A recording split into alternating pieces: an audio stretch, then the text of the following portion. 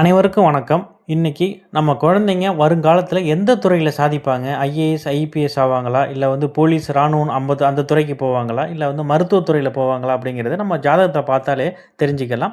இந்த மாதிரி ஜாதகத்தை பார்த்து முன்னாடியே நம்ம தெரிஞ்சுக்கிட்டு அந்த துறையில் நம்ம ஈஸியாக ட்ரெயின் பண்ணோம்னா, அவங்க ரொம்ப சீக்கிரமாக அவங்க கோலை அடைஞ்சிருவாங்க. சில ஜாதகங்கள் பார்த்தீங்கன்னா, அந்த அமைப்பு இருக்கும். ஏன்னா அவயோக திசை நடக்கிறதுனால அந்த துறையை தேர்ந்தெடுக்காம குறிப்பாக பார்த்தீங்கன்னா, அவங்க மருத்துவத்துறைக்கு போகிற மாதிரி ஒரு அமைப்பு இருக்கும். ஆனால் அவங்க வேறு துறையில் போய் தேர்ந்தெடுத்துட்டு அதுக்கப்புறம் அந்த துறை மாறி போய் சிரமப்படுற அமைப்பு இருக்கும். எலக்ட்ரிக்கல், எலக்ட்ரானிக் துறையில் போய் இன்ஜினியரிங் படிப்பாங்க. அதுக்கப்புறம் சாஃப்ட்வேர் துறையில் போய் அவங்க வேலைக்கு உட்கார்ற மாதிரி அமைப்பு இருக்கும். அதுக்கப்புறம் அந்த துறையில் போய் அது சம்மந்தமாக லேர்னிங்லாம் பண்ணி செட்டில் ஆகிறதுக்கு கொஞ்சம் தாமதமாகும். இந்த மாதிரி துறை ரீதியாக மாற்றம் வரும்போது பார்த்திங்கன்னா ரொம்ப சிரமப்படுவாங்க.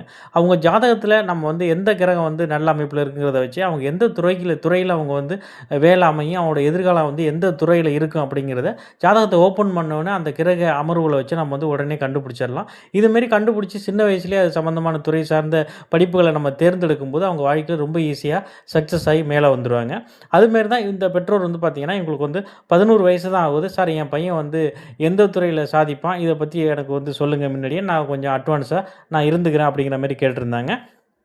இந்த ஜாதகத்தில் பார்த்தீங்கன்னா உங்களுக்கு மேஷராசி பரணி நட்சத்திரத்தில் பிறந்திருக்காங்க. லக்கணமும் மேஷ லக்கணம். இந்த ஜாதகத்தில் பார்த்தீங்கன்னா லக்கணத்திலே வளர்பிறை சந்திரன் இருந்து இந்த லக்கணங்கிறது ஒளிர் அமைப்புங்கிறது இருக்குது. லக்னாதிபதி செவ்வாயும் பார்த்தீங்கன்னா லாபஸ்தானத்தில் சுக்கிரனோடு சேர்ந்து அங்கே சுபர் தொடர்பு பெற்று ரொம்ப ஸ்ட்ராங்கான அமைப்பில் இருக்கிறாரு.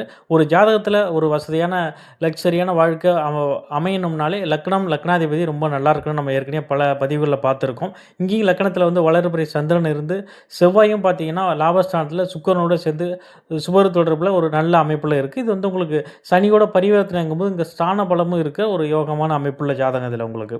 இன்னொன்று என்னென்னு பார்த்தீங்கன்னா 10ஆம் இடத்துல சூரியனும் புதனும் சேர்ந்து இங்கே சூரியன் திக்பலமாக இருக்கிறாரு. புதாத்தி யோகத்தில் வலுப்பெற்ற ஒரு யோகமான அமைப்பு. இவங்க படிச்சுட்டு தான் படித்த வித்தையால் பெரிய பொருள் சம்பாதிக்கணும் அப்படிங்கிற அமைப்புங்கிறது வந்துடுது. இதில் பார்த்தீங்கன்னா கடகத்திலேயே குரு உச்சமாகி சூரியனும் குருவும் நேருக்கு நேர் பார்த்துக்கிறாங்க. இந்த ஜாதகம் பார்த்தீங்கன்னா சிவராஜ யோகங்கிறது ரொம்ப பிரமாதமாக வேலை செய்யுது. இந்த சிவராஜ யோகத்தில் என்ன ஸ்பெஷல்னு பார்த்தீங்கன்னா குரு இதில் உச்சமாயிட்டார், சூரியன் இதில் திக்பலம் ஆயிட்டார். இந்த சிவராஜ் யோகம் ரொம்ப ஸ்பெஷலானது. அரசனுக்கே ஆலோசனை சொல்கிற அமைப்புள்ள ஒரு வலுவான யோக அமைப்புங்கிறது இதில் இருக்குது. இங்கே சுக்கிரன் செவ்வாய் பிருகுமங்கல யோகம், புதனும் சூரியனும் சேர்ந்துருக்கிறது உங்களுக்கு புதாத்தி யோகம். அதுவும் இல்லாமல் இங்கே குருவும் சூரியனும் நேருக்கு நேர் பார்த்துக்கிறது சிவராஜ் யோக அமைப்பில் இது பல யோக பாக்கியங்கள் அடங்கியுள்ள ஒரு யோகமான ஜாதகம். சரி, இந்த ஜாதகர் என்ன ஆவார் அப்படின்னு பார்த்தீங்கன்னா சூரியனை நேரடியாக லக்கணத்துக்கு 6-10 தொடர்பு கொள்ளும்போது அவங்க அரசு வேலைக்கு போவாங்கிற அமைப்பு வந்துடுது. இங்கே சிவராஜ் யோகம் இருந்து லக்னாதிபதி லக்கணமும் வலுப்படுறதுனால இவங்க உயர் பொறுப்பு உள்ள ஐஏஎஸ் போன்ற ஒரு வலுவான யோகத்துக்கு வலுவான பதவியில் போய் உட்காந்து ஒரு மாவட்டத்தையே கண்ட்ரோல் பண்ணுற அளவுக்கு போய் உட்கார அமைப்பு இருக்குது. அரசனுக்கே ஆலோசனை சொல்கிற ஒரு உயர்நிலை யோக ஜாதகம் அப்படிங்கிற அமைப்புங்கிறது வந்துடுது.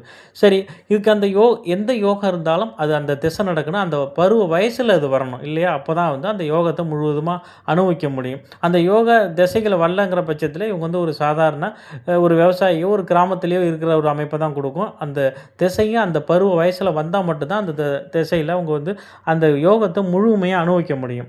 இப்போ இந்த ஜாதகத்தில் பார்த்தீங்கன்னா இப்போ அவருக்கு 11 வயசாகுது. இன்னும் 9 வருஷம் சுக்கிர தசை மீதி இருக்குது. அவர் பிறந்திருக்காரு. இப்போ கரெக்டாக 20 வயசு ஆனோடனே சூரிய மகாதசை ஆரம்பிச்சிடும்.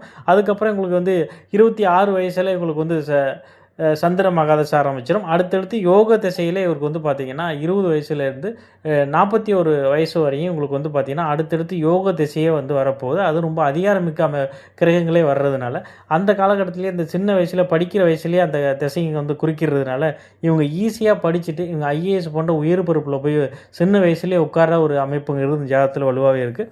நான் அதை பார்த்தோன்னே சார் இது ஒரு ஐஏஎஸ் போன்ற உயர் பொறுப்பு போகிற யோகமான ஜாதகம் சார் அப்படின்னு நான் சொன்னேன். ஆமாம் சார், அவங்கள தோற்றம் நடை எல்லாமே அப்படி தான் இருக்குது. ரொம்ப ஆர்டர் போடுற மாதிரி அதிகாரமாக தான் அந்த பையன் என்கிட்ட பேசுவார். அதுவும் இல்லாமல் அவர் ரொம்ப நேர்மையாக இருக்கிற அமைப்பெல்லாம் இருக்குது அப்படின்னு சொல்லி அவர் குழந்தைகளை பற்றி அவர் சொன்னார். எந்த ஒரு ஜாதகமும் இந்த போன்ற ஐஏஎஸ், ஐபிஎஸ் போன்ற உயர் பொறுப்புக்குள்ள ஜாதகம் பார்த்தீங்கன்னா சின்ன வயசில் அவங்க குறிக்கோள் ரொம்ப ஸ்ட்ராங்காக இருப்பாங்க, ரொம்ப ஷார்ப்பாக இருப்பாங்க அந்த குழந்தைகள்லாம். ஏன்னா ஒரு பெரிய லட்சியத்தோடு இருந்தால் மட்டும்தான் அது போன்ற உயர் பொறுப்புகள்